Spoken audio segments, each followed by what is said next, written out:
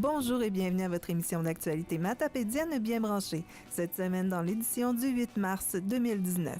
Nous faisons un retour sur les clairs de lune en raquette à Val-d'Irène et le mini beach party à la salle communautaire d'Amqui organisé par les grands amis de la vallée. Automation d'Amour investit près d'1 million dans son entreprise et reçoit un prêt de 380 000 du gouvernement fédéral. Saint-Noël fêtera son 75e anniversaire. Dans le cadre de la Semaine matapédienne de l'agriculture, le bilan annuel de la travailleur de rang nous a été exposé et nous l'avons rencontré.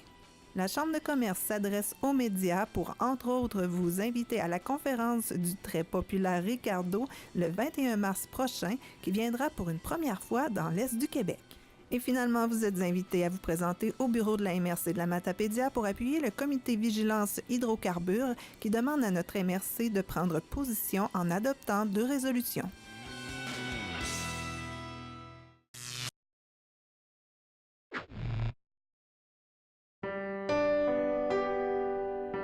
Cette semaine, à l'émission Héritage, René Canuel rencontre Dr Didas Bourgeois. J'ai beau, j'ai bien réussi souvent, mais j'avais pas un bon caractère, là. Faut pas... C'est vrai? Ouais. Dès vendredi, l'émission sera diffusée chaque jour aux heures suivantes. Une présentation du complexe funéraire de la Vallée. Nous commençons cette émission en faisant un retour sur les 2 soirées en raquette à Val-d'Irène qui furent un franc succès. La première édition a attiré 235 participants et participantes et la deuxième 182. Le plus jeune avait 3 ans et il a fait toute la randonnée. Après une montée en télésiège, le sentier était de niveau facile puisqu'il était pratiquement en descendant jusqu'à la fin. Un feu de joie et des chandelles norvégiennes accueillaient les raquetteurs et raquetteuses et des bouchées ont été servis sous un ciel étoilé. Un groupe de musiciens animait également la soirée, dont la famille basque de la péninsule acadienne, pour la dernière soirée avec une quinzaine de musiciens qui changeaient à tour de rôle. Une fantastique soirée. Vous auriez aimé vivre cette expérience, vous pourrez la vivre en ski. Oui, du ski sous les étoiles. Et pour ceux et celles qui préfèrent rester bien au chaud, vivez l'été avant tout le monde en participant au souper tropical. Mais attention, les places sont limitées.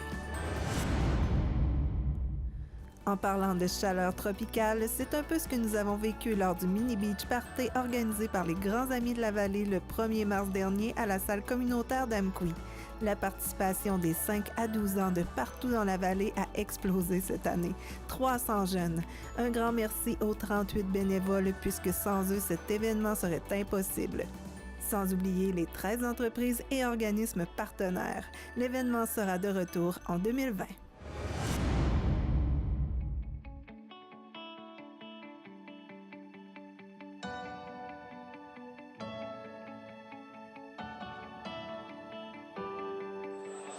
Nous sommes présentement chez Automation d'Amour pour l'annonce d'un important investissement, soit 380 000 dans un projet d'1 million de dollars. C'est entre autres pour la conception de ce robot que nous voyons derrière nous et nous voyons les différents intervenants qui vont nous annoncer la bonne nouvelle.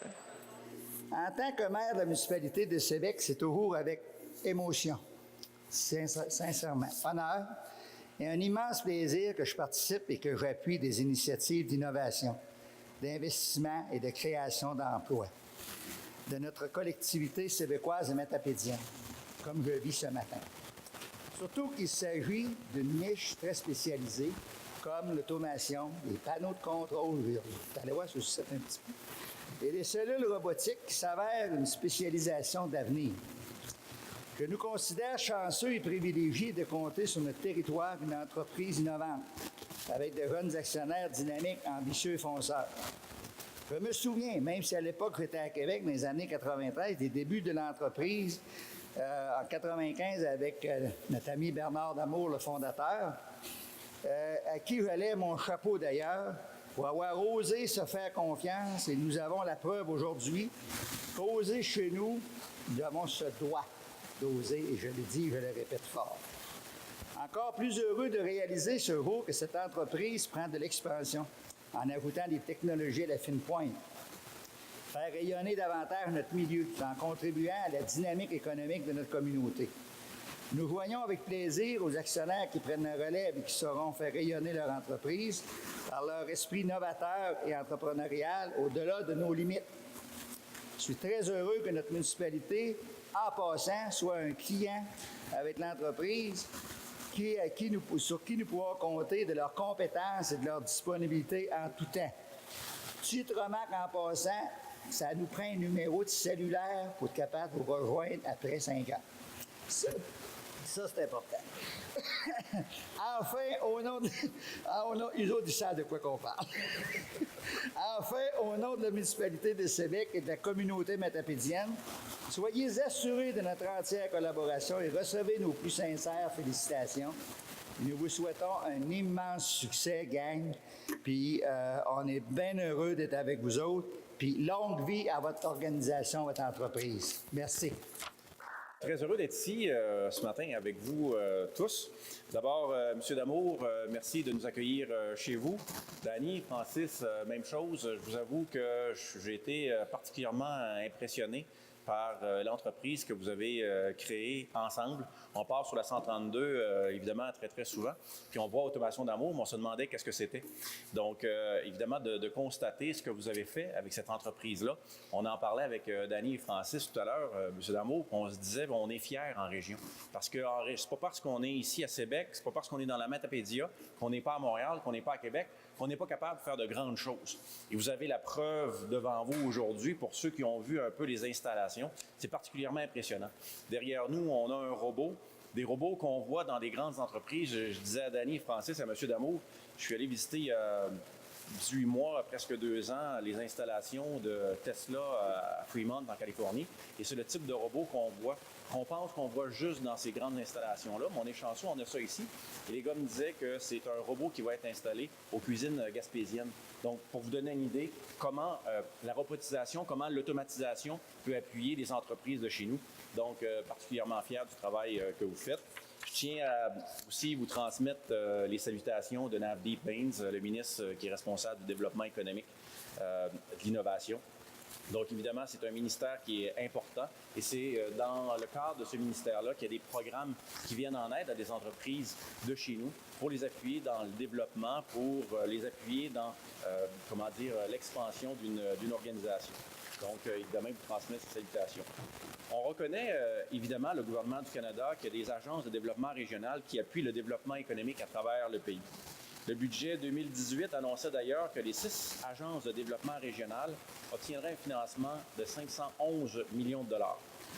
Pour ce qui est du Québec, c'était 100 millions de dollars. Et ça, c'est quelque chose d'important sur lequel on a travaillé pendant plusieurs mois avec le ministre Bains, avec nos collègues, avec le ministre des Finances, parce que je disais, Développement économique Canada est un agent, est un moteur important pour appuyer les entreprises de chez nous. Donc, et finalement, on a réussi à convaincre le ministre des Finances de mettre 100 millions de dollars de plus dans le Développement économique Canada. Et je tiens à saluer l'équipe de Développement économique Canada qui est là ce matin, qui donne un coup de main justement aux entreprises de chez nous pour pouvoir monter leurs projets et voir comment est-ce qu'on peut les appuyer davantage. Donc, c'est grâce à ce financement-là, évidemment, qu'on est ici aujourd'hui pour pouvoir appuyer l'entreprise d'Automation d'Amour.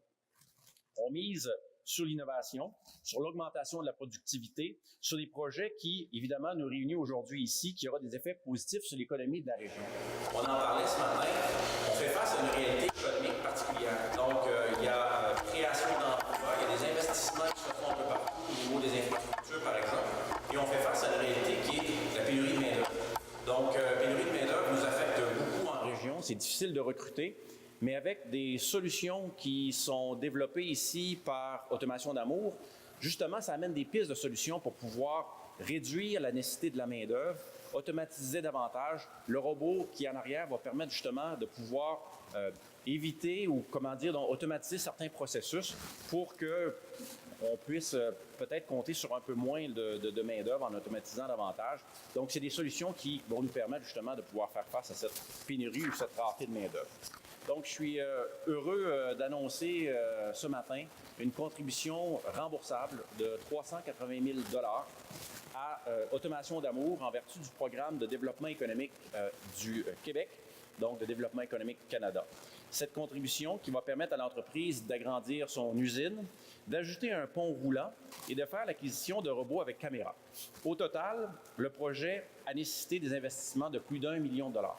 Donc, c'est 1 million de dollars qui est en fait, c'est 380 000 dollars qui est consenti dans un projet d'1 million. Et ce projet-là, bien, évidemment, ça va avoir des retombées importantes chez nous. Donc, c'est de l'argent qui va permettre de pouvoir continuer de développer l'entreprise, probablement d'embaucher du monde, et ça va avoir un impact positif. Et je vais laisser à M. Damour l'occasion de pouvoir expliquer un peu à quoi vont servir ces fonds-là. La vitalité d'une économie repose également sur la détermination, sur l'audace des hommes et des femmes d'affaires qui décident d'aborder leur quotidien autrement, de revoir leur façon de faire. Et la forte croissance que connaît votre entreprise, M. Damour, en est un exemple concret. Votre succès est le fruit de la détermination qui a animé l'ensemble de votre équipe pour concrétiser votre vision. Je suis fier de l'appui que notre gouvernement fait à Automation Damour, encore une fois dans un projet qui est innovant, qui est synonyme de succès pour les entrepreneurs, de croissance pour l'économie canadienne. Encore une fois, M. Damour, je vous souhaite un bon succès, un bon futur dans cette magnifique entreprise. Avec ce que j'ai vu, moi, j'ai tout lieu de croire que cette entreprise-là va continuer de connaître une croissance importante. Et on est fiers d'avoir cette entreprise-là chez nous, justement, qui va permettre à notre région de pouvoir se développer. Je le disais, on peut être fiers parce que c'est grâce à des entreprises comme celle-là qu'on est en mesure de démontrer tous les leadership, puis qu'une entreprise de région peut faire sa place partout à travers le Québec et à travers le Canada. Donc, félicitations. Félicitations à votre équipe. Je vois des membres de votre équipe en arrière. Donc, félicitations, messieurs et mesdames.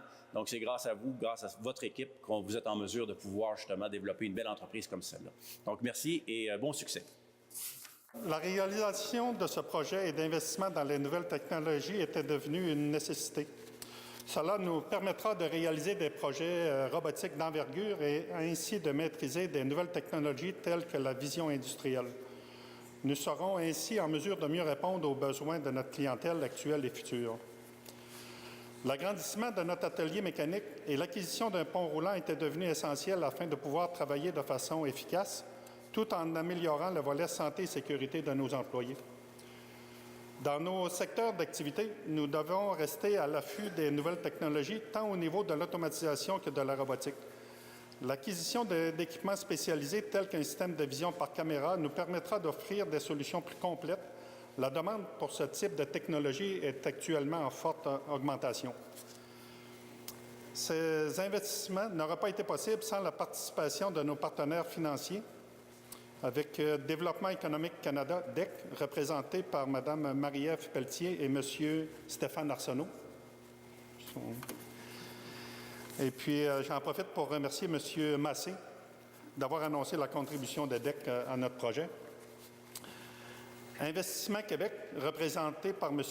Guillaume Cavana.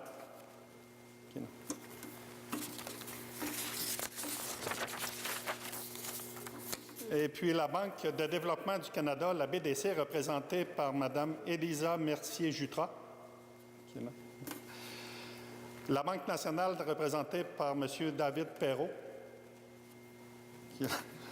La MRC, représentée par Mme Lancheng Zhang.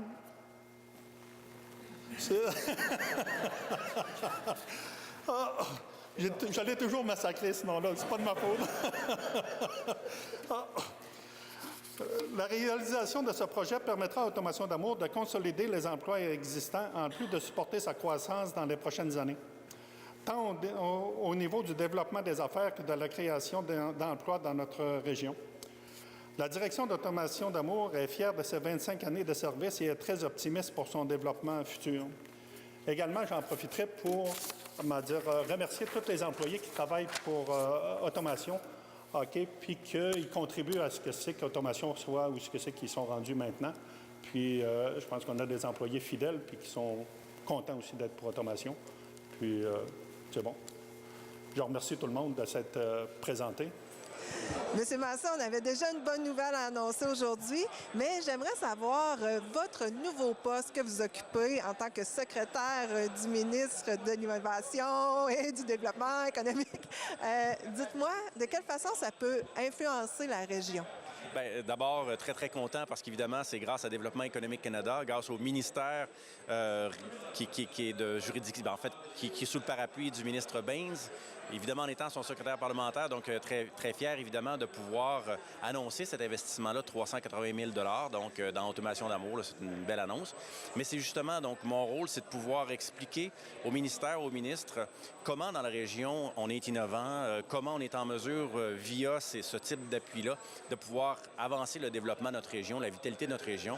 Et c'est pas parce qu'on est à Sébec qu'on n'est pas en mesure de pouvoir rivaliser avec des grandes compagnies de Montréal, de Toronto ou d'ailleurs. Donc, vous avez vu, là, le robot derrière nous. Donc, c'est bien indiqué Automation d'amour. Donc, c'est fait ici, avec de l'expertise d'ici. On a des ingénieurs mécaniques, on a des techniciens. Et donc, c'est dans ce contexte-là, évidemment, que mon rôle va être de pouvoir m'assurer que les entreprises du Québec, les entreprises du Canada, puissent avoir les appuis nécessaires pour assurer le développement et, évidemment, pouvoir contribuer au développement économique de l'ensemble de nos régions et du Canada. Merci beaucoup, M. Massé. Merci, plaisir. Monsieur Damour, on est ici parce que vous avez vraiment un beau projet qui a été réalisé. On voit le robot derrière vous, mais est-ce qu'il y a d'autres choses qui s'en viennent? Qu'est-ce que vous envisagez pour faire un agrandissement comme ça? Il faut avoir des projets, là. Oui, bien en fait, les projets actuellement, OK, il faut penser qu'on a, par exemple, de 7 à 8 mois de préparation avant d'être en mesure de livrer un projet comme celui-là. OK? Ça fait qu'on a des projets qui sont dans l'air, mais qu'on peut pas en parler pour l'instant pour ne pas mettre personne dans l'embarras.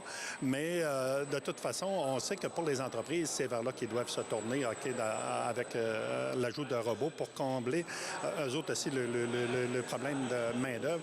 OK? Principalement quand c'est des tâches qui sont répétitives, OK, puis qui nécessitent souvent des arrêts de travail, soit pour des bursites, des tendinites, des choses comme ça, là. Fait que les entreprises, OK, sont intéressées à aller, ou n'ont pas vraiment le choix aussi de se retourner vers là. OK? Et puis, c'est ça, ça déplace des fois les coûts. Les gens disent ça enlève de la main-d'œuvre dans nos usines. OK? Par contre, ça en enlève dans les usines, mais ça en crée chez Automation. Oui, OK? ça en fait travailler d'autres. Mais là, vous avez besoin de main-d'œuvre spécialisée. Non, c'est ça. Effectivement, à dire, l'agrandissement nous permet d'avoir plus de place pour travailler et être plus confortable pour la travailler. Mais la rareté de main-d'œuvre qu'on entend à la TV d'un grand centre, bien, en fait, elle nous touche également, là. OK, ce qui peut nous ralentir à court terme, c'est, par exemple, du côté mécanique, justement, pour la préparation des arrangements de robots comme celui-là. OK, la conception, bien, il y a quand même beaucoup d'heures, dans le fond, qui sont consacrées à ça. Et puis, c'est ça. Je veux dire, on a besoin de main-d'œuvre, dans le fond, pour ça. Mais vous êtes prêts à embaucher, là? C'est juste la main-d'œuvre qui manque. Oui, c'est ça. Actuellement, on a déjà des offres d'emploi qui sont ouvertes, OK, pour principalement du côté ingénieur mécanique ou technicien en mécanique, OK, des decks, là, OK, avec idéalement sur des logiciels qu'on appelle SolidWorks ou autres, là, OK. Puis c'est ça, on a de la place, dans le fond, pour des gens comme ça qui sont prêts à venir chez Automation. L'appel est lancé et je pense que ça va en attirer certains qui sont passionnés par le développement. Sûrement par la curiosité aussi, là. Non, c'est bon, OK. Merci beaucoup et félicitations. Merci encore. OK. Nous nous retrouvons maintenant à Saint-Noël pour vous annoncer les 75 ans de cette municipalité et les préparatifs qui sont en bon train. Monsieur Carrier, vous êtes maire ici de Saint-Noël depuis 1 an et demi déjà. Dites-moi, pourquoi vous vouliez représenter Saint-Noël? Quel attachement vous avez à Saint-Noël? Bon, il faut s'entendre, j'ai été pendant 24 ans directeur de la Caisse Saint-Moïse-Saint-Noël et puis finalement à ma retraite, moi, durant le temps que j'ai été ici, j'ai acheté sur le bord du lac Michaud, le merveilleux lac Michaud, un chalet et puis finalement, à ma retraite, je me disais, il se peut que j'agrandisse ça puis je demeure là. Et finalement, à ma retraite, vous savez, on gagne tout, hein, la loterie de la retraite. Ceci étant dit, une fois retraité, j'ai agrandi ma bâtisse au lac Michaud. Et puis finalement, pour la mairie, des gens sont venus me voir, ils m'ont jasé de ça. Puis j'ai senti un certain attrait, tant qu'à y être, de donner ma contribution avec mon expérience, mes connaissances, à la municipalité. Ça fait que finalement, me voilà rendu maire depuis 1 an et demi. Et puis, on va avoir le 75e de Saint-Noël qui se présente dans pas grand temps. Hein? On s'entend que ça devrait commencer, nous, le 29 juin. Et puis, bien sûr, on invite toute la population, puis les gens natifs de Saint-Noël de venir nous trouver pour fêter avec nous ce bel événement. Alors, merci beaucoup et on va passer avec Dominique Mas qui va nous expliquer la programmation. Merci. Merci, madame.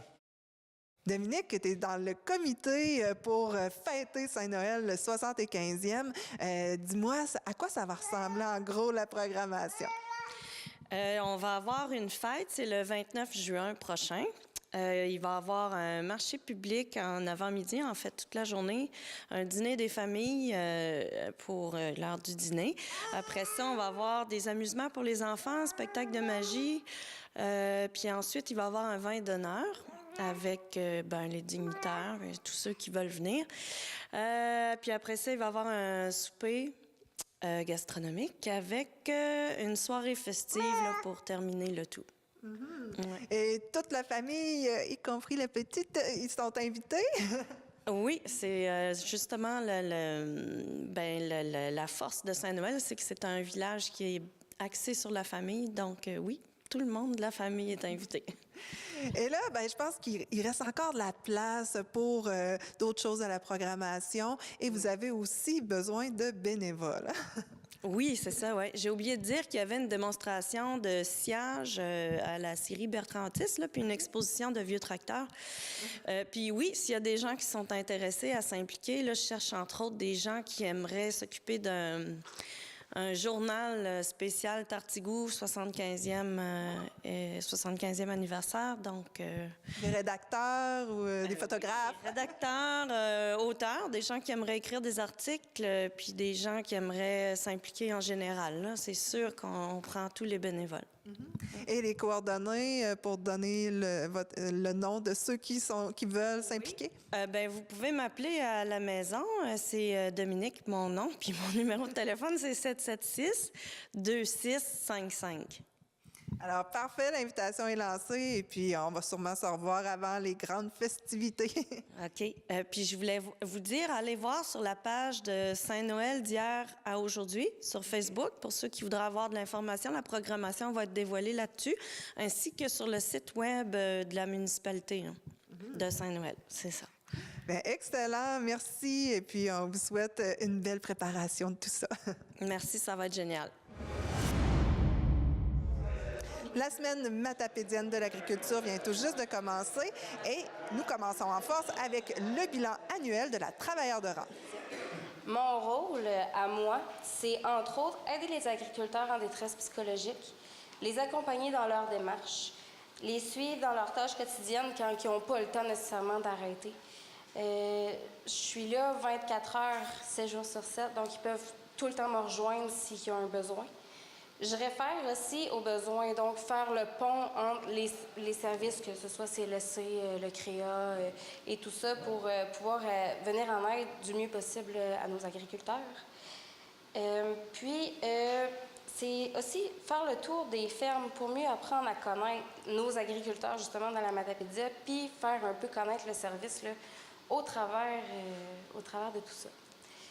Pour ce qui est de la semaine de l'agriculture, j'ai demandé à certains clients que j'ai de me faire des petits témoignages de ce qu'on a fait, puis de comment ce qu'ils se sentent, puis comment ils apprécient justement le service.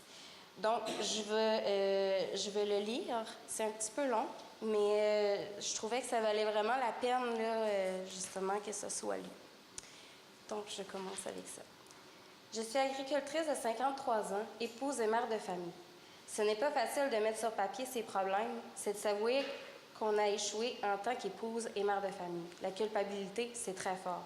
Car en agriculture, l'épouse et mère de famille ne doit pas être malade, ne doit surtout pas montrer ses faiblesses.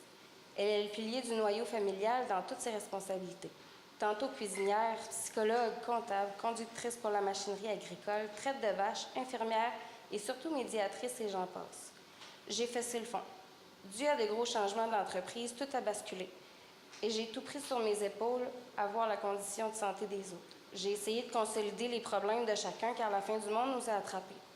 Problèmes majeurs, plus de communication, non-respect verbal, grosses engueulades, cris et chicanes à haute voix. Avec tout cela, il y a le travail à faire. Je bouche les trous de tout le monde. Je vais où la chicane est prise car il manque de personnel. J'ai un enfant j'ai utilisé 811. Elle m'a conseillé et a dit que j'allais avoir de l'aide d'une travailleuse sociale. Très long comme service. C'est quand on est allé à l'hôpital qu'on a eu le service. Pendant l'attente, tout ce temps-là, ma descente en enfer ne faisait que commencer, car il fallait que je surveille mon enfant 24 heures sur 24. Et comment qu'il y a des moyens sur une femme pour mettre fin à ses jours. Il m'a dit en revenant de là, elle changera rien à ma situation. Il ne veut plus aller là. L'enfer s'amplifie. Surveillance 24 heures sur 24. Très difficile d'admettre qu'on a vraiment besoin d'aide, mais qui? Car la travailleuse sociale, ça donne rien. Il faut se déplacer, rendez-vous chronométré, pas disponible en tout temps, car les crises ne viennent pas avec un agenda précis. Ne se déplace pas sur place pour voir l'étendue du problème où la personne vit, car elle travaille juste avec une personne à la fois. J'ai même demandé de l'aide à une travailleuse sociale pour m'aider à voir clair. On m'a rappelé pour me dire que mon nom était mis sur une liste d'attente. Je n'ai pas le temps d'attendre, j'ai la corde autour du cou. Faites le 811. Je ne veux plus toucher au téléphone pour de l'aide, ça ne donne rien du tout. Je continue à surveiller et faire la médiatrice et travail non fait. Je vais au MAPAC de ma région pour de l'information pour la ferme. J'apprends qu'il y a de l'aide sans même dire que moi j'avais besoin de cette aide. Depuis quand que ça existe, aucune idée. En agriculture, c'est une travailleuse de rang. Je pose quelques questions à savoir c'est quoi au juste ce service, elle fait quoi au juste. Mes prières venaient de s'exaucer, un miracle allait se passer. Je misais le tout pour le tout. Ça a pris quelques jours avant d'appeler. J'avais très peur. J'appelle, une voix me dit bonjour. Je lui demande si c'est bien elle qui vient en aide aux gens en détresse en agriculture. Elle me dit oui. Je lui explique ce qui se passe. Elle me dit que tout est confidentiel. Je n'ai pas été mise sur une liste d'attente. Elle est venue tout de suite me voir. Elle s'est assise avec moi. On a discuté longuement du problème dans lequel je me trouvais, car je n'avais plus de repères. Je voulais juste en finir avec la vie, c'est tout. Elle pourrait vous le dire, j'étais dure d'approche avec tout ce que je vivais. Ma vie était finie et je ne voulais plus rien en faire. Elle m'a conseillé une travailleuse sociale. Je lui ai dit que j'étais sur une liste d'attente. Ce n'était pas ça que j'avais besoin. Je lui ai demandé si elle pouvait m'aider. Elle m'a répondu, je peux t'aider, mais je ne peux pas faire de miracle. Dans sa voix, je me disais en dedans de moi, tu es déjà un miracle en face de moi. Je voulais qu'elle aide les autres, époux et enfants. Je ne pensais même plus à moi. Mais elle le savait. Elle savait toute l'histoire. Elle nous a tous pris sous son aile. Ça a été très difficile pour tout le monde de confier ses problèmes personnels à une étrangère. Comme elle me disait, 1 minute à la fois. Déjà, elle m'aidait de ses paroles. Elle était parmi nous tantôt avec un, tantôt avec un autre. Elle était avec nous à la ferme et à la maison. Elle venait où nous étions. On pouvait communiquer 24 heures sur 24 avec elle. Elle me dit qu'elle ne m'abandonnerait pas. Petit peu à la fois, de rencontre en rencontre, les hommes de ma vie l'ont écoutée. Elle répétait souvent, car nous étions dans une situation très difficile qui durait depuis très longtemps. Elle m'a conseillé d'aller voir un médecin. Bonne idée, j'ai été diagnostiquée. Épuisement professionnel, problème d'anxiété, problème de dépression. Et j'avais perdu 25 livres. Sur une petite charpente comme moi, ça paraît beaucoup. À partir de ce moment, j'ai tout misé sur elle. Sans qu'elle le sache, c'était mon miracle. Ça passe ou ça meurt. Elle a fait et fait toujours avec nous un travail colossal. Elle m'a sauvé la vie et celle de mon enfant du suicide. Appelons ça par son vrai nom, même si c'est dur à écrire. Il reste encore beaucoup de travail à faire avec nous. Elle est notre miracle à chacun de nous. Il s'installe petit à petit. Avec tous ses conseils et trucs, on avance en famille. Ce n'est pas le temps qu'elle parte. Elle a sauvé non pas une agricultrice en détresse, mais bien une entreprise agricole avec toute sa famille entière. On a encore gros à faire avec elle. C'est notre miracle. Et combien d'autres ont besoin d'elle? Elle aurait besoin qu'on lui fasse plus de publicité qu'il existe une aide en agriculture. C'est un pur hasard que je l'ai su. Combien d'autres gens ne sont pas au courant et que c'est gratuit? Faites de la publicité. Donnez de courtes conférences dans les écoles agricoles, groupes de relève agricole, lors d'événements agricoles, laissez des cartes d'affaires à plusieurs endroits, publicité radio, on écoute la radio à la ferme, dans les tracteurs et au garage. Publicité dans les revues agricoles, dans les magasins agricoles par des affiches, des pancartes, un message écrit, dépliants, des cartes d'affaires laissées un peu partout, distribuer un dépliant dans chaque ferme de la région pour informer que ce service existe. Un gros merci, ne sera jamais assez pour tout ce que tu as fait pour nous. Tu auras toujours une place précieuse dans nos cœurs, car tu es notre miracle qui s'accomplit de jour en jour. Tu es très précieuse. Merci beaucoup pour ton beau travail. Donc, ça, c'est ce qu'elle m'a écrit. Puis, c'est sûr qu'au début, bon, la dame, les services, quand elle dit « j'ai appelé 811 travail social », les services, à ce moment-là, correspondaient peut-être pas à ce qu'elle s'attendait, puis ce qu'elle aurait eu besoin. Mais aujourd'hui, je peux vous dire que cette madame-là, elle s'est reprise en main, puis elle utilise les services maintenant qui sont offerts, là, après l'avoir accompagnée dans tout ça. Elle utilise là, les services offerts dans la MRC, dans la Matapédia. Donc, c'est ça pour elle. Puis j'en ai un autre, il est plus court celui-là, d'une autre personne, c'est un agriculteur cette fois-ci, qui dit « Il y a un moment dans ma vie où ça allait plus ou moins bien. J'ai rencontré une travailleuse sociale, mais après quelques rencontres, elle m'a dit qu'on avait fait le tour et que nous pouvons fermer le dossier. J'en ai rencontré d'autres et je trouve qu'elles sont bonnes, mais j'ai l'impression qu'elles nous parlent avec un guide et non de façon naturelle. C'est là que je me suis tournée vers la travailleuse de rang, qui à ce moment était Jackie. Sans elle, je ne serais probablement plus là pour écrire cette lettre. Puis est arrivée Marie-Pierre. De par sa franchise, de nos rencontres dans le garage, là où je me sentais le mieux, et parce qu'elle a su me dire les choses de façon directe, mais avec diplomatie, elle est probablement la personne qui m'a le plus fait cheminer. Elle est disponible, facile à rejoindre et ne fait pas que parler de nos problèmes, mais avec elle, on peut parler de tout et rien. C'est plaisant parfois de parler aussi du positif et pas seulement du négatif. Elle m'a encouragée à changer de vie et sans elle, je ne l'aurais probablement pas fait. Bref, le service a besoin de continuer parce que je suis persuadée que je ne suis pas le seul à avoir besoin de la travailleuse de rang. Donc, c'est les deux témoignages que j'ai été chercher auprès des agriculteurs. J'en vois plusieurs, mais fait que c'est ça. Donc, pour l'année 2018, il y a eu 16 nouveaux cas, 16 nouveaux dossiers qui ont été ouverts au cours de l'année 2018. On a 26 clients actuellement au total, des clients réguliers que Marie-Pierre rencontre. Ça donne 185 interventions qui ont été réalisées dans le cadre de la dernière année. Là-dessus, il y a eu 15 références. Marie-Pierre l'a souligné, elle parlait tout à l'heure qu'elle avait fait une référence, par exemple, à un médecin. Et il y en a eu 15 références auprès d'un médecin. Il y a eu 6 références formelles aussi qui ont été effectuées auprès du CIS du Bas-Saint-Laurent en tant que tel, au cours de la dernière année. De toutes les personnes qui ont été rencontrées, 42% étaient des femmes et 58% étaient des hommes. Ça a changé. J'ai regardé les statistiques de 2016. En 2016, c'était plus de femmes. Puis en 2018, aujourd'hui, pour la dernière année, il y a plus d'hommes. 71% des personnes rencontrées travaillent à temps plein sur la ferme. 65% du premier contact a été fait par le travailleur de rang. Donc, Marie-Pierre a fait le contact directement. Ce n'est pas une personne qui a contacté directement Marie-Pierre. C'est Marie-Pierre qui a fait le contact avec ces gens-là, en tant que tel. 27% du premier contact ont été faits par le producteur. Donc, un peu comme le modèle que Marie-Pierre parlait tout à l'heure avec la première personne qui a pris le téléphone et qui a osé appeler. Et 75% des nouveaux clients sont des producteurs laitiers sur les 16 en tant que tel. Donc, vous avez la répartition ici des rencontres avec le producteur. 65% des rencontres sont faites aussi chez le client. Puis c'est l'approche terrain qu'on veut développer avec le projet. C'est que Marie-Pierre en a mentionné, ce qu'on veut, on va avoir une approche proactive, mais on veut être là aussi dans le milieu du producteur pour pouvoir comprendre sa réalité, voir de quelle façon son environnement autour de lui peut influencer la façon dont la personne se sent. Donc, la majorité de nos interventions, et le comité encourage Marie-Pierre aussi à aller directement rencontrer le producteur chez lui pour avoir une bonne idée de l'environnement dans lequel il baigne.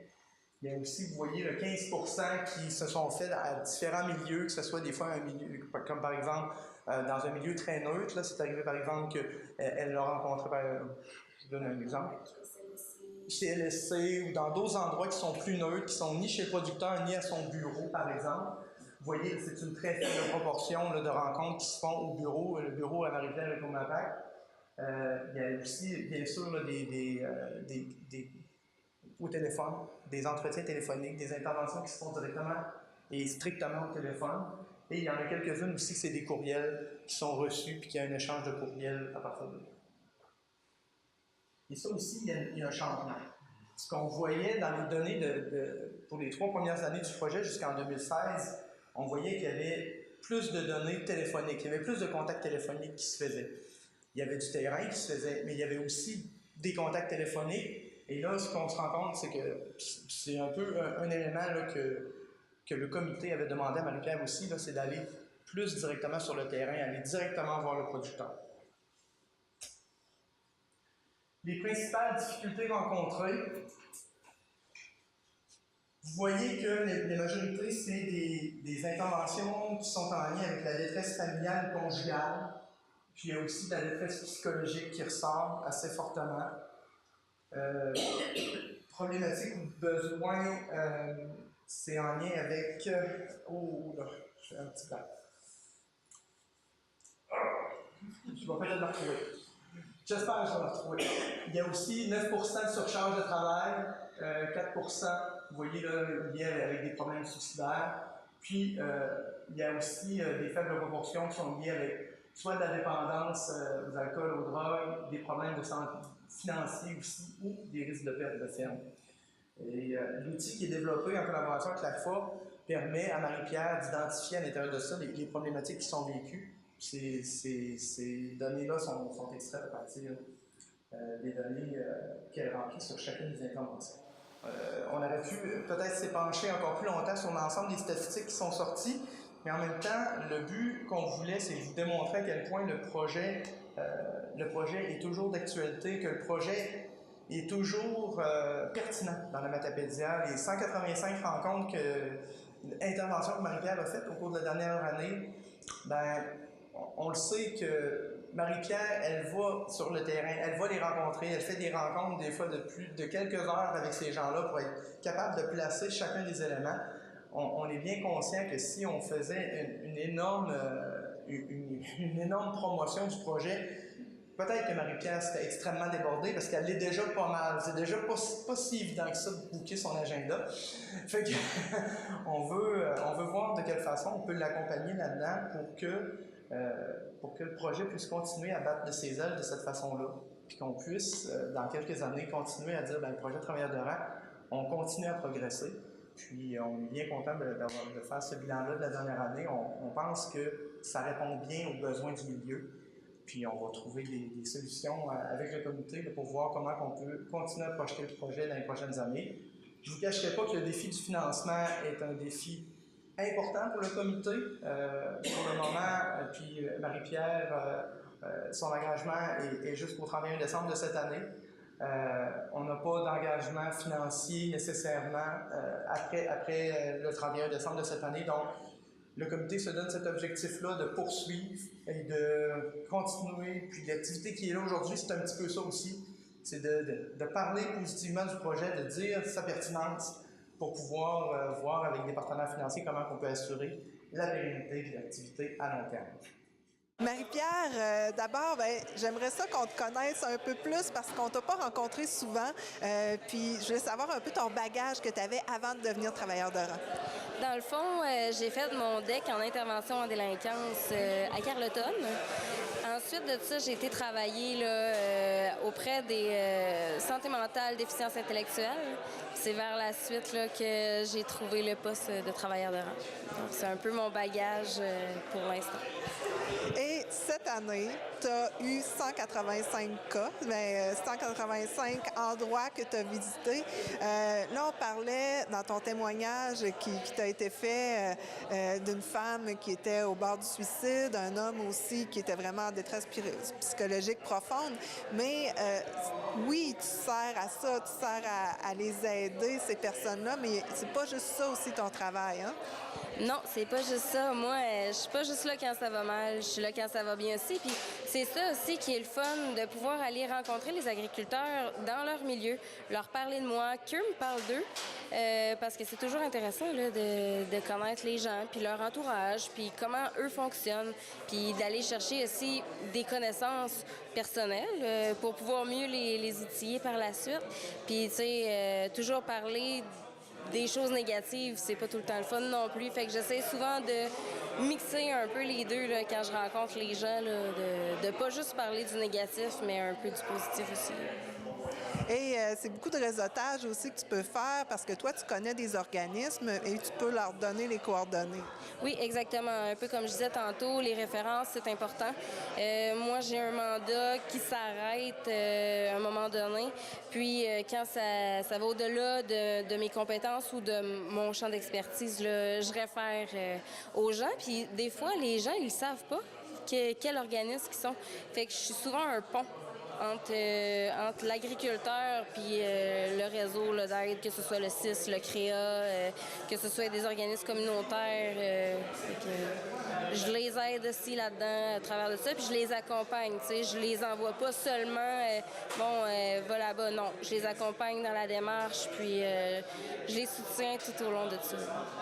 Toi, tu es vraiment sur le terrain. Quand tu rentres quelque part, c'est pas juste pour 5 minutes. Là. Ça peut être la journée au complet. Oui, exactement. Moi, j'ai pas de temps précis.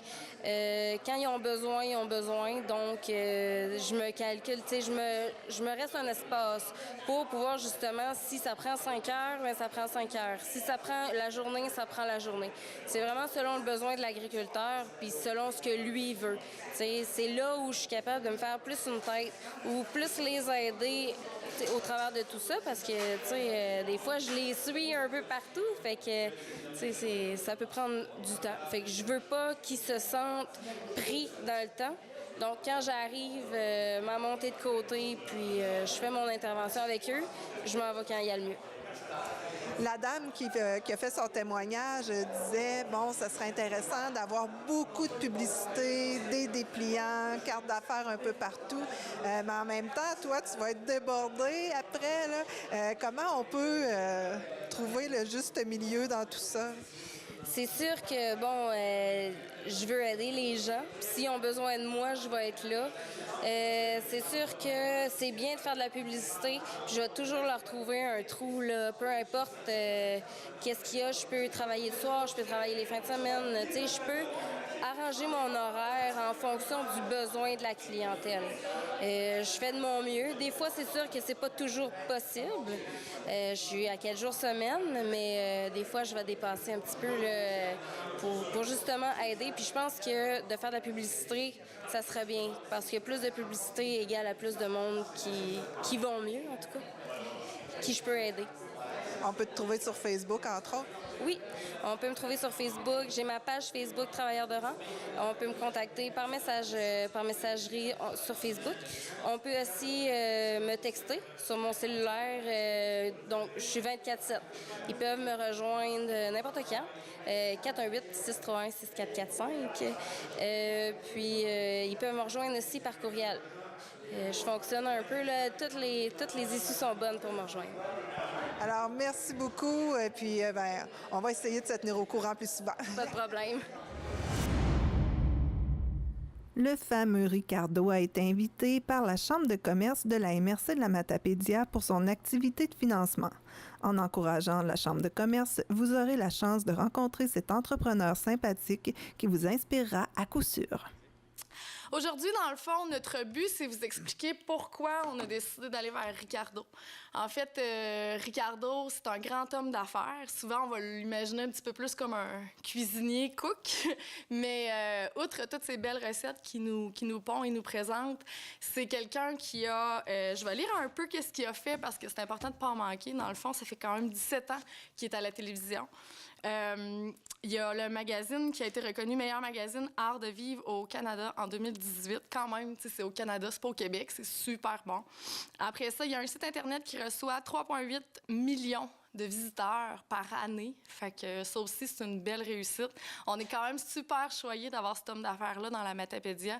Ce qui est important aussi pour vous de savoir, c'est que c'est sa première fois dans l'Est du Québec, puis c'est nous qui le reçoit. Ricardo, c'est pas quelqu'un qui fait beaucoup de conférences. En fait, il va souvent dans les endroits où est-ce qu'il y a des petites boutiques. Maintenant, il a commencé les boutiques Ricardo. Fait que souvent, il va aller faire des conférences là. Il a été à Montréal, il a été à Québec, je pense à Rivière-du-Loup, si je me trompe pas, mais vraiment dans l'Est du Québec, dans Matapédia. On est les premiers, fait qu'on est super fiers de pouvoir offrir ça à notre région. Ensuite, assurément, il y a ses livres et articles de cuisine Ricardo. Dans le fond, pourquoi Ricardo? La mission de la Chambre de commerce, c'est clairement de faire bouger la Matapédia. Puis on considère que oui, la Matapédia est active à cause de nos entrepreneurs, nos professionnels, mais aussi par les habitants de la Matapédia. Fait que oui, c'est sûr que notre mission première dans la Chambre de commerce, c'est de travailler l'entrepreneuriat. Mais on se dit que si les entrepreneurs ne sont pas appuyés par la population générale, on peut difficilement accomplir notre travail, que ce soit les professionnels ou les entrepreneurs. Fait que pourquoi Ricardo? Bien, c'est que clairement, on le sait qu'on va aller chercher le cœur de la madame ou du monsieur qui aime bien cuisiner et l'homme d'affaires ou femme d'affaires qui voit en lui le grand homme d'affaires qu'il est. Fait qu'on pense pouvoir aller rejoindre plus la population générale mixée avec les entrepreneurs de la région, dans le fond. Fait que c'était vraiment important pour nous de pouvoir sensibiliser ces deux parties-là pour en faire une unité, en fait, générale de la Matapédia pour que tout le monde comprenne bien l'importance d'être appuyé, tous et chacun, pour leur métier et le développement de notre région. Ensuite, parce qu'aussi, on traverse tous des défis actuels, que ce soit au niveau de la santé, au niveau de l'éducation, n'importe qui, chaque jour, a un défi à accomplir qui est de bien accomplir son travail puis de rester motivé. Fait que justement, je pense qu'en allant chercher Ricardo, qui va nous amener à travailler la motivation puis à offrir une conférence justement sur la détermination puis qui va nous parler, dans le fond, de quelle façon lui s'est rendu où est-ce qu'il est rendu maintenant. Bien, je pense que c'est aussi bon pour notre infirmière qui doit vivre des défis tous les jours que l'entrepreneur qui vit des défis ou le professionnel ou n'importe qui travaille dans la MRC, dans les municipalités, quoi que ce soit. Pour nous, c'était important d'aller mobiliser le plus possible la vallée pour offrir une conférence sur la motivation. Alors voilà, c'est pour ça notre choix, en fait. Fait que actuellement, je vais laisser Marie tout à l'heure vous expliquer où est-ce qu'on en est rendu avec les billets, tout ça. On mise 400 personnes. On pense pouvoir l'avoir justement parce qu'on va aller chercher un plus grand un public général. Puis tout ça se fera à la salle Jean Cossette, mais je vais laisser Marie-Christine vous l'expliquer tout à l'heure. Je passe maintenant la parole à Yves. Desjardins, on est partenaire avec la Chambre de commerce, la MRC, de la Matapédia depuis ses tout débuts. Depuis qu'on travaille en équipe dans l'ensemble de la vallée de la Matapédia. Donc, c'est une belle fierté. Puis d'être partenaire pour ce bel événement-là, pour nous, ça a plein de sens parce que Monsieur Larrivée, Ricardo pour les intimes, donc est bien connu. Il a un parcours extraordinaire. Il a su faire preuve non seulement quand on connaît un peu son histoire, il a su faire preuve du sortir de sa bulle de confort pour oser.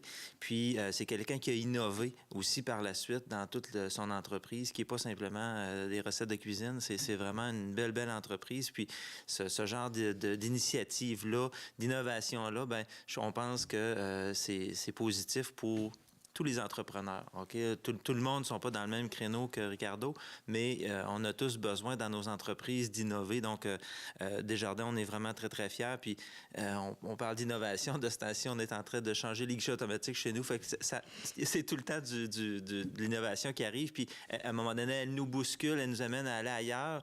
Puis c'est vrai aussi pour nos entrepreneurs, c'est vrai aussi pour toutes les entreprises qui font affaire, qu'on soit dans la vallée de la Matapédia ou qu'on soit à Paris ou à Montréal. C'est vrai, donc c'est une très belle idée, une belle opportunité là, d'avoir accès à l'histoire de quelqu'un qui est très inspirant. Puis on a voulu aussi Desjardins, on a invité une dizaine de jeunes du Lab Finance, qui est une petite entreprise qui s'appelle le Centre Asso, en collaboration avec l'école secondaire Armand-Saint-Onge. Une dizaine de jeunes qui vont pouvoir profiter de cet événement-là.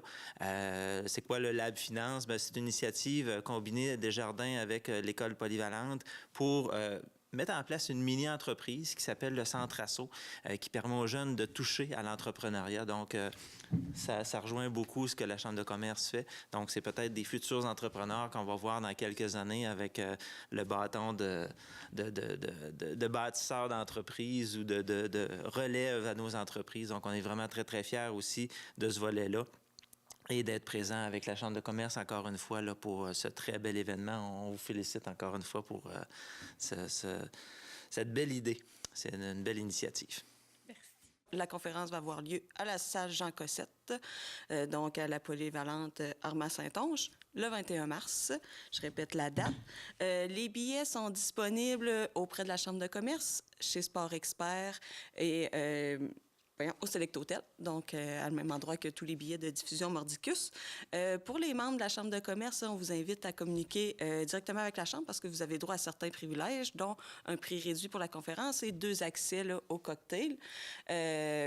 On vous invite à faire vite puisque les places sont limitées et d'ailleurs, là, on a une bonne partie des billets là, qui sont déjà partis pour ça. Est-ce qu'il en reste comme une vingtaine à peu près? Une vingtaine à peu près de places pour le cocktail. Bien sûr, la conférence, il en reste encore, malgré qu'on doit avoir près de la moitié déjà de nos billets de vendus. Donc, ça va... Puis on commence la publicité. Oui, donc on vous invite à faire vite si vous voulez profiter là, de cette opportunité-là. Au niveau des coûts des billets, là, 46 $ pour les membres, 52 pour les non-membres. Les non-membres qui veulent assister au cocktail aussi, pré-conférence qui a lieu de 6h à 7h15 environ, il y a 23 $ supplémentaires, donc 75 $ pour conférence et cocktail. Tous ces prix-là incluent les taxes. Puis, c'est ça, je vais y aller pour les heures. Cocktail à 18h, puis le début de la conférence à 19h30. Bon, donc, bien sûr, si vous avez besoin d'autres informations, vous pouvez communiquer avec le personnel de la Chambre de commerce. Ils vont se faire un plaisir de vous répondre. Oui, c'est ça. Dans le fond, on peut communiquer soit par Facebook ou directement à la Chambre, là, par téléphone ou même sur le site Internet. Il y a l'adresse courriel. Toutes les citoyennes et les citoyens sont invités à la séance de conseil de la MRC de la Matapédia le 13 mars prochain dès 19h30 et c'est au sujet des hydrocarbures que nous vous concertons. Alors, nous en discutons avec Stéphane Poirier. Stéphane, on va parler d'hydrocarbures aujourd'hui parce qu'il faut remettre ça sur le terrain, mais pourquoi exactement? Bien, en fait, bonjour. Bien, aujourd'hui, en fait, on est là en tant que comité de citoyens vigilance hydrocarbures de la vallée de la Matapédia parce qu'on a déposé des documents à la MRC en vue d'être adoptés. Là, en fait, c'est des propositions de résolution pour, en fait, là, manifester notre opposition aux hydrocarbures dans la vallée de la Matapédia. Mais pourquoi au juste on a besoin de remettre ça aujourd'hui? Qu'est-ce qui se passe exactement? Bien, en fait, là, juste un petit retour dans le passé. En 2011, Saint-Léon-le-Grand avait sorti Gaztem. Justement, là, ils s'opposaient aux hydrocarbures dans leur municipalité. Puis, à l'époque, on avait fermé, on avait mis le couvercle sur la marmite, si on veut. Puis aujourd'hui, en 2019, bien, on veut définitivement fermer le rond. Donc, pourquoi? Parce qu'en fait, suite à l'adoption sous bâillon de la loi sur les hydrocarbures, la loi 106, en fait, l'industrie revient au galop. Donc, l'industrie est obligée de former des comités de citoyens en vue de, entériner de manière citoyenne, si on veut, leur projet d'exploration et d'exploitation par la suite s'il y a. Mais on veut rien savoir, en fait, de cette industrie-là. C'est pas... On veut, en fait, la vallée se positionne formellement, je l'ai dit, fermer le rond, là, mais c'est qu'on veut mettre fin là, à cette saga qui n'en finit plus. Et cette industrie-là, en fait, n'a rien de bon à apporter aux Matapédiens, Matapédiennes et non plus, évidemment, au Québec. Ça fait des années qu'ils essaient de trouver quelque chose. On n'a rien au Québec de manière commerciale et point de vue économique non plus. Ces industries-là, souvent, mais ils n'ont pas d'argent. Gaztem ont été bannis des îles de la Madeleine. Ils ont essayé de poursuivre Restigouche. Ils ont perdu, puis ils ont de la misère à payer ce qu'ils doivent à la municipalité de Restigouche. Donc, ces entreprises-là, économiquement, là, ça ne roule pas sur l'or. Je pense pas qu'on se dote d'une vision d'avenir pour la vallée en voulant développer cette industrie-là. Les documents qui ont été envoyés ici à la MRC, c'est des résolutions qui ont été prises ailleurs dans d'autres MRC. Tout à fait. La MRC de la Métis, c'est la première au Québec à adopter ce genre de résolution-là depuis l'adoption de la loi 106. Donc, on ne sera pas les premiers. Puis Métis, la MRC de Métis met beaucoup de l'avant, justement, cette volonté-là de réunir l'ensemble des élus du Bas-Saint-Laurent pour qu'on fasse front commun contre le développement de cette industrie-là qui est loin d'être bénéfique pour les citoyens et citoyennes de la région. Bien justement, qu'est-ce qu'on peut faire pour pouvoir montrer qu'on veut appuyer ce mouvement-là? En fait, c'est de venir, première des choses, de venir au conseil le 13 mars à 19h30 pour vous faire entendre, pour aider, en fait, les élus, nos élus, à adopter ces résolutions-là. Il y a une résolution contre les hydrocarbures, OK, qui est celle pas mal que Sainte-Luce a adopté, Rimouski également l'a adopté et la MRC de la Métis l'a adopté. Et il va y avoir une autre résolution aussi concernant la déclaration d'urgence climatique. Donc, on veut être cohérent, on s'oppose aux hydrocarbures, mais aussi on veut manifester qu'il est grand temps qu'on fasse quelque chose pour, en fait, lutter face au changement climatique, que les élus, notamment le provincial, le fédéral et les municipalités aussi, là, qui ont adopté d'ailleurs cette déclaration d'urgence climatique-là.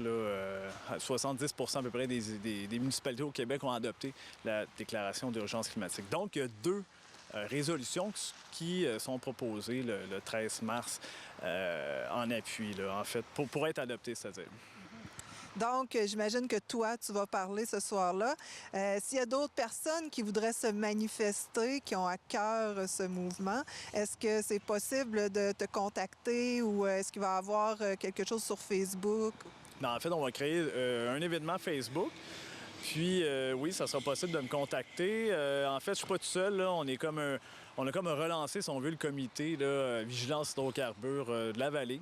Et c'est ça, on va être un petit groupe, puis on invite l'ensemble de la population à joindre à nous. Et également, je tiens à dire que le gouvernement Legault, également, qui est nouvellement élu, attend, je pense, attend les gens, en fait, à s'opposer là, à cette industrie-là. Donc, nous, ce qu'on veut, c'est un refus, en fait, catégorique. Puis on veut mettre fin à cette saga qui dure depuis trop longtemps. Puis je pense que le gouvernement Legault va être sensible aux oppositions, en fait, citoyennes là, qui vont se manifester de plus en plus. Là.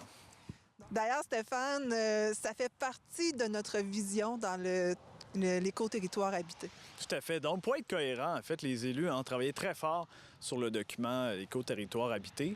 Donc, je pense que c'est ça, en fait, l'avenir de la vallée de la Matapédia. Un avenir qui est beaucoup plus tourné vers les énergies renouvelables, l'écotourisme, etc. Donc, il n'y a pas de place, en fait, une industrie comme ça des hydrocarbures, une industrie qui appartient au passé. Il faut se tourner vers l'avenir, puis l'avenir, c'est pas les hydrocarbures. Donc, un bon moyen de ne pas oublier ce soir, qui est très important pour la MRC de la Matapédia. Nous allons chercher l'événement sur Facebook. Merci beaucoup, Stéphane. Merci.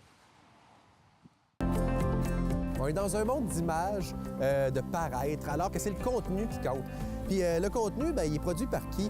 Il est produit par vous. Puis moi, le contenu que je veux, c'est le contenu de gens qui s'intéressent aux mêmes enjeux que moi, qui sont du même secteur que moi, du monde qui vivent dans mon milieu, dans ma communauté, proche de chez nous. Bien ça, c'est tout ce que tu retrouves dans les télés communautaires autonomes. C'est pour ça qu'il faut que tu regardes ces télés-là. De toute façon, je sais que tu le regardes en ce moment, et puis je te donne du bon contenu. Hein? Donc, c'est déjà un pas dans la bonne direction. Je suis fier de toi. C'est fini le temps où on s'abreuvait d'un journal qui a été écrit avant hier dans une grosse ville loin de chez nous. Non! On veut savoir ce qui se passe chez nous, des affaires qui nous intéressent, les enjeux locaux. Tu sais, la télévision communautaire autonome, bien, ça parle de nos vrais gens, de nos vraies nouvelles. C'est pour ça que faites comme moi, regardez cette télé-là, c'est là que ça se passe. Oh que oui! C'est ce qui complète cette émission. En terminant, j'aimerais vous rappeler que cette fin de semaine est très importante pour 2 raisons au moins. Le 8 mars est la Journée internationale des droits des femmes et nous avançons l'heure dans la nuit du 9 au 10 mars. Alors, ne soyez pas en retard pour le télébingo de ce dimanche 12h30. Bonne semaine. Informatique Bar-Est assure l'entretien du parc informatique de votre TVC. Informatique Bar-Est offre un service informatique résidentiel, commercial et industriel.